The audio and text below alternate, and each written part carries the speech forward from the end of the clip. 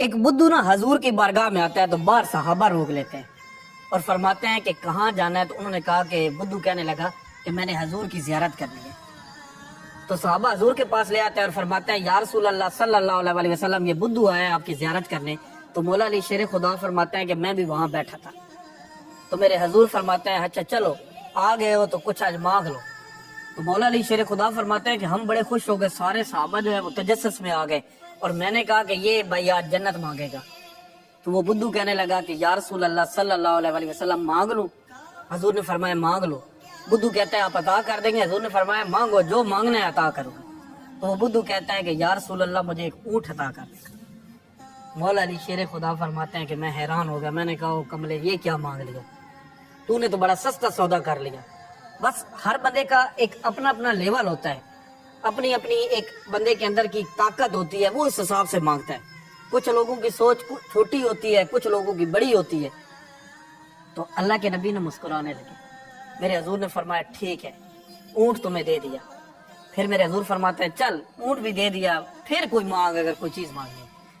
مولا علی شیر خدا فرماتے ہیں کہ میں نے کہا کہ اب تو یہ اپنے پوری نسلوں کی جنت مانگے گا, اپنے لیے تو چھوڑے پوری نسلوں کے لیے جنت مانگے گا. تو وہ شخص کہتا ہے کہ یا رسول اللہ جو مانگوں گا عطا کر دیں گے. حضور نے فرمایا مانگ. حضور بڑا مسکرا رہے تھے. صحابہ فرماتے ہیں کہ بڑا جوش تھا اور بڑا ایک نظام بنا ہوا تھا, ایسے لگ رہا تھا کہ جیسے کہ پھولوں کی محفل ہو. حضور نے فرمایا مانگو. تو وہ بدو کہنے لگا کہ یا رسول اللہ اگر اونٹ عطا کر دیا ہے تو اس جگہ جانے کا آپ کرایہ بھی دے دیں. مولا علی شیر خدا فرماتے ہیں کہ میں حیران ہوگا. میں نے کہا یہ کیا تو نے کر دیا, اللہ کے نبی نے تمہیں اتنا موقع دیا, آج تو جنت مانگتا, اپنے لیے کوئی خیر مانگتا, تو نے کیا مانگا, ایک اونٹ اور اونٹ کے کرایہ مانگ دیا.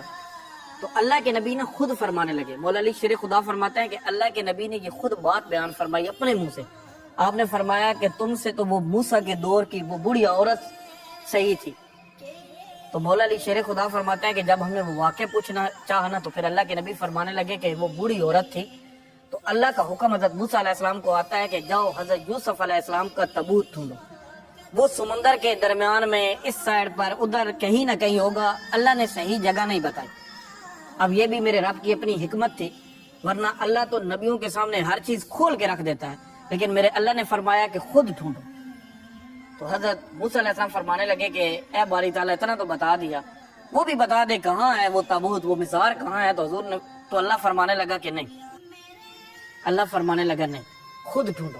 تو حضرت موسیٰ علیہ السلام جب وہاں جاتے ہیں تو لوگوں سے دریافت کرتے ہیں, پوچھتے ہیں, تو لوگ بتاتے ہیں کہ ایک بوڑھی اماں ہے, انہیں سارا پتہ ہے.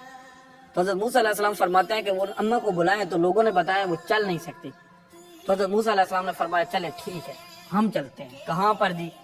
مزار پوچھنے حضرت یوسف علیہ السلام کا.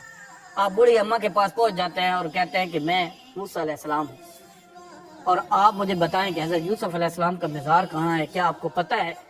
تو وہ بوڑھی عورت کہنے لگی کہ مجھے پتہ ہے, لیکن ایک شرط پر بتاؤں گی.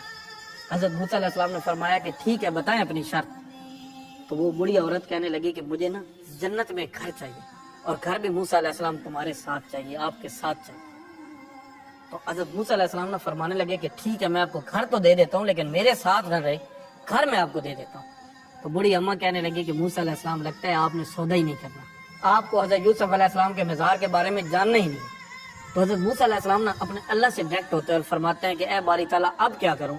تو میرا رب فرمانے لگا کہ اس کے دل میں نے ہی ڈالا ہے, اس کو میں نے ہی توفیق دی ہے, تو انہوں نے یہ سوال آپ سے کیا ہے, آپ وعدہ کر دیں میں قیامت والے دن جنت عطا کر دوں. تو اللہ کے نبی فرمانے لگے کہ آپ سے تو وہ بڑی عورت ٹھیک تھی جنہوں نے جنت بھی مانگی اور جنت بھی حضرت موسیٰ علیہ السلام کے ساتھ مانگی. تیری شوکت